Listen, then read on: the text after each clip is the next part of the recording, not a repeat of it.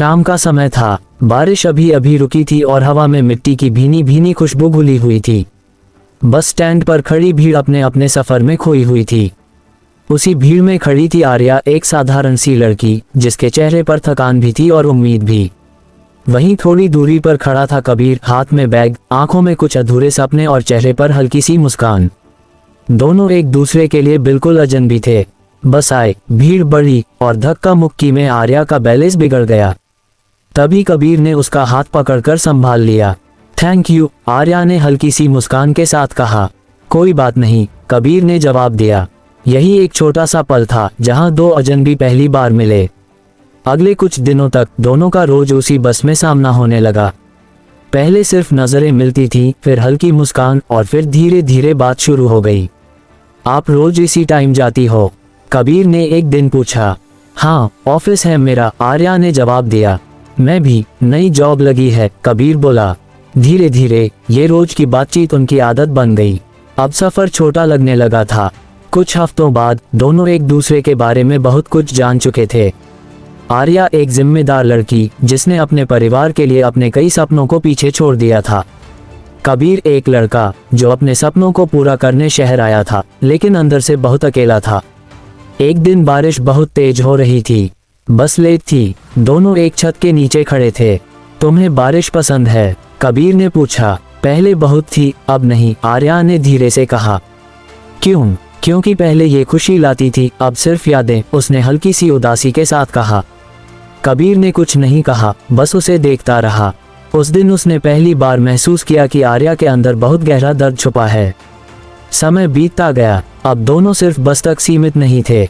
कभी चाय, कभी पार्क, कभी लंबी बातें। एक दिन कबीर ने कहा, तुम्हारे बिना ये शहर बहुत खाली लगता है। आर्या चुप रही, लेकिन उसके दिल में कुछ हलचल जरूर हुई।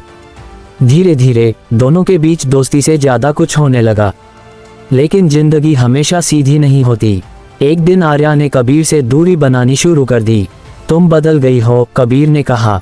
नहीं, बस समझदार हो गई हूँ, आर्या ने जवाब दिया। मतलब ये कि हर रिश्ता मुकम्मल नहीं होता। कुछ लोग बस रास्ते में मिलते हैं, साथ नहीं चलते। कबीर को ये बात चुभ गई। असल में आर्या के घर पर उसकी शादी की बात चल रही थी। वह अपने परिवार के खिलाफ नहीं जा सकती थी। एक रात उसने खुद से कहा, कबीर मेरे लिए सही है, लेकिन शायद मेरी किस्मत नहीं। दूसरी तरफ कबीर टूट चुका था। वह सोचता था, जिसे मैंने अपना समझा वो मुझे छोड़कर जा रही है, बिना लड़े। कुछ दिनों तक दोनों का मिलना बंद हो गया। फिर एक दिन वही बस स्टैंड, वही बारिश। आर्या वहां खड़ी थी, कबीर भी आया। दोनों की नजरें मिली, लेकिन इस बार मुस्कान नहीं थी। कैसी हो? कबीर ने पूछा। ठीक हूँ, आर्या ने धीरे से कहा। कुछ देर खामोशी रही, फिर कबीर बोला, तुम खुश हो? आर्या की आंखों में आंसू आ गए। खुश होना और सही होना दोनों अलग होते हैं। उस दिन दोनों ने बहुत बातें की, अपने दिल की सारी बातें। मैं तुम्हें रोक नहीं सकता, लेकिन भूल भी नहीं सकता, कबीर ने कहा। और मैं तुम्हें खोना नहीं चाहती, लेकिन पा भी नहीं सकती, आर्या ने जवाब दिया। समय बीता, आर्या की शादी हो गई।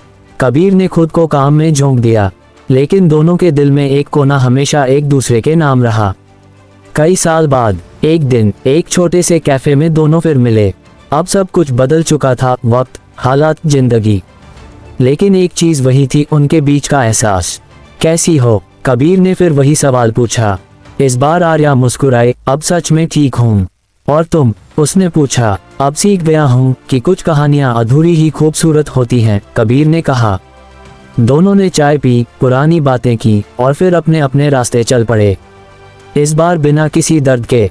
कहानी का सार, कुछ लोग हमारी जिंदगी में अजनबी बनकर आते हैं और इतने अपने बन जाते हैं कि उनकी कमी कभी पूरी नहीं होती। हर रिश्ता साथ तक नहीं जाता, लेकिन हर रिश्ता हमें कुछ सिखा जरूर जाता है। प्यार, त्याग और जिंदगी की सच्चाई।